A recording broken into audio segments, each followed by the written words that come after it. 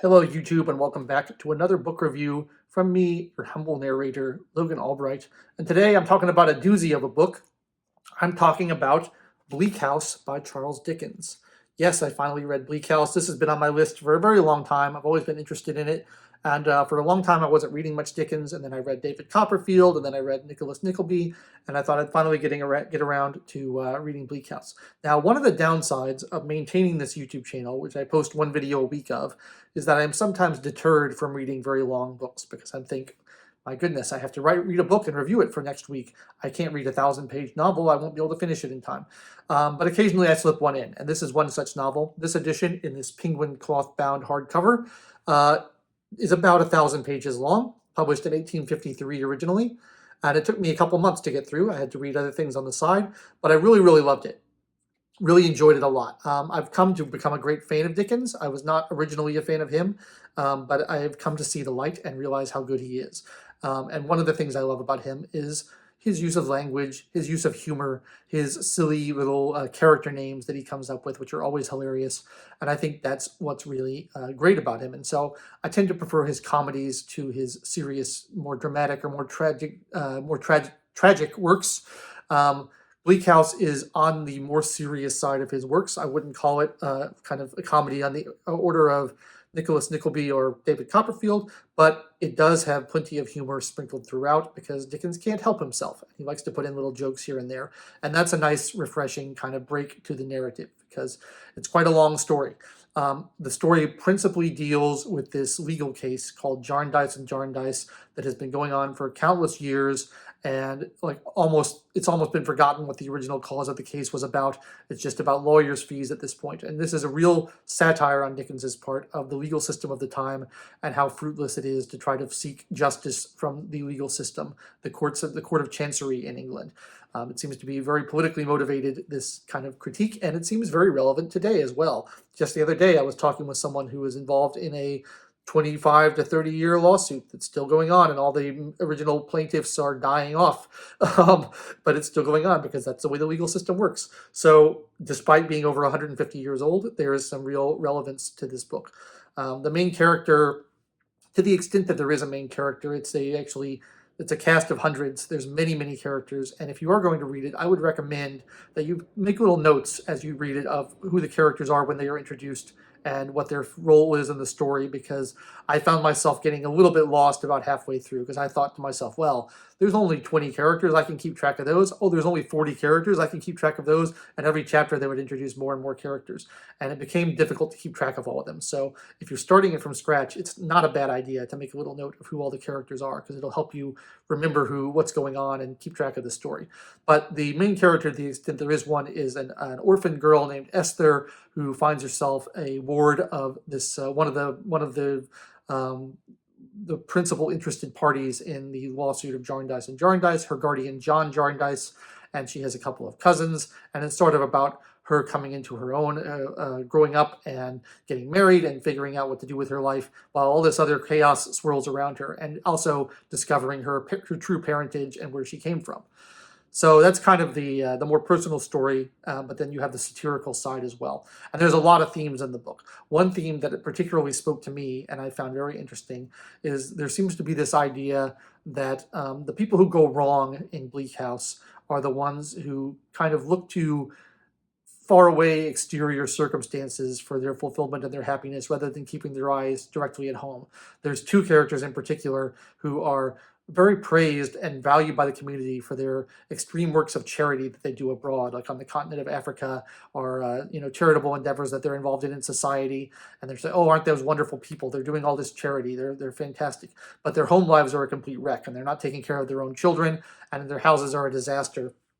And that seems to be kind of a common theme where the people who are looking abroad for their satisfaction and their validation and neglecting their own backyard are not doing so well. And the same thing applies to the Jarndyce and Jarndyce legal case. The people who are putting their hopes in this case and saying, we're going to make money off of this case one of these days, they always go wrong. And it's not a good thing to do. And I really like that message. I think that's really true and really appropriate. And, charity begins at home, and you look after your own house, make your bed, clean your room, take care of your children, take care of your family. And then if you are done with that and you've done a good job of that, then you can look outward and do more things. So I thought that was really good. What else about Bleak House? It's very, very long. To me, it was a little bit too long. This was like many of Dickens' novels, published as a serial throughout magazines, and so he got paid by the word, and you'd have a new installment every week or every month or whatever, and it would come out over a course of probably a couple of years, I imagine. And to me, that resulted in the novel being just a little bit bloated. I really loved the first third of the novel. I thought it was really exciting and interesting, and I loved the pictures that Dickens paints with language and how he describes the society and all the characters. And then it drags a little bit in the middle, and I kind of, became overwhelmed with all the characters and all the subplots, and was like, okay, get to the point. And then the last third is actually very interesting. And the last third is interesting because there's sort of a genre shift. Like there's a character named Inspector Bucket, and I'm going to try not to spoil anything, but the third section of the novel sort of turns into like an Agatha Christie style mystery where Inspector Bucket is trying to figure out who done it, and he's running around gathering evidence and chasing things around and making speeches, and it reminds me of like a Hercule Poirot book, and I thought that was really interesting because the rest of the book is not at all like that. So you can sort of see different genres that Dickens is playing around with, and maybe being influential on someone like Agatha Christie and helping her develop those characters. I don't know if that's the case, or maybe being influential on Arthur Conan Doyle. I don't know if that's the case, but it's possible. But I thought that was quite interesting. The other theme, which I find really got me thinking a lot, is this idea of like illegitimate children. Illegitimate children come up a lot in the book, and it's a big problem, and it's like causing a lot of the conflict in the novel. And it's so foreign to our modern sensibilities now to think about the problems of illegitimate children and how utterly shameful and ruinous it was in those days to have an illegitimate child. And it got me thinking, like, I think a system we have now is better. I like that people are not, have their entire lives ruined if they have an illegitimate child. I don't think that's good. But you can see how there's sort of tension between like a society's desire to incentivize strong institutions like, strong families. And the society wants to incentivize a strong family structure because if you don't have strong family structures, it's bad for society. And you kind of, you can see that there's value in that, but there's also a cost to that. And the cost is that you have these people who are terrified of slipping up or doing something, making one mistake that ruins their whole life, and it just throws them into despair and chaos, and it seems just very cruel and horrible. And I think it's good we've done away with that, but again, doing away with that also comes with its own cost, which is that you lose one of the major incentives of really keeping the family together and rewarding fidelity and rewarding raising a strong nuclear household. And I think there's value in that too. And it's hard to know where the line should be, where the balance between those two things are. Is it possible to have a balance between them that makes everybody happy, or are you always going to be picking the lesser of two evils in those two situations?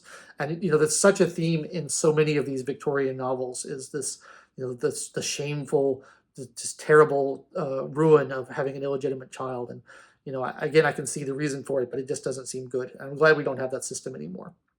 I found that very interesting, though, to think about how, the entire action of the novel is motivated by something that really doesn't apply anymore today. And that's one of the things I think is great about reading classic literature, is it really makes you think about what life used to be like, and the societal institutions and social customs and mores and the way people had to live, and trying to put yourself in the place of those characters and being a little empathetic to the way things used to be. Because I think there's a tendency nowadays for people to just write off the past as well. Everybody in the past was ignorant and stupid and racist and horrible and bigoted, and we are so much more enlightened now, and everything is so much better. And it's like, well, yeah, in some ways that's true, but in other ways, like, you weren't there and you didn't know what it was like. And if you don't actually read things that were written in that time period and try to understand why people were the way they were, why people thought the way they thought, I'm not saying you have to agree with them, you certainly don't, but I think it is very rewarding and one of the great joys of literature to get a more full understanding of human nature and societies of the past and how we got to where we are today, and some of the trade-offs that come from progress. There's some things you lose and there's some things you gain. And overall, I think the gains outweigh the losses, but that doesn't mean that there aren't any losses. So I think that's really interesting. So I get a lot out of reading Dickens. I really think he's a very worthwhile author to read. He's a classic for a reason. Um, things stand the test of time because the readers of multiple generations keep getting something out of them. And I certainly got a lot out of Bleak House. I really liked it, and it was nicely broken up with the humor and some of the crazy characters and some of the oddball little things that go on. But just great. So that's pretty much what I have to say about Bleak House. Like I said, it dragged a little bit, but overall I loved it, and I'm glad that I read it. It was on my list of classics that I wanted to read for a long time, and I finally took the time to actually do it. So I recommend it to you all as well if you are a fan of 19th century literature, English literature, Dickens in general. And I'd be interested to know. I've now read David Copperfield, Nicholas Nickleby, and Bleak House and A Christmas Carol and a couple other things in my adult life. I'd be interested to know from my viewers, if you are Dickens fans, where should I go next with Dickens? What should be the next book should I read? Should it be Great Expectations? Should it be Oliver Twist? Should it be something else? Give me your recommendations. What do you like best? Bearing in mind that I tend to prefer the more comic side of Dickens to the more serious side of Dickens. I'd like to know what you think. Leave a comment down below. It's always so nice to read your comments. Please do that. And I will be back again next week with another book review. I think it'll be exciting for you. I don't quite know what it's going to be yet, but it'll be fun.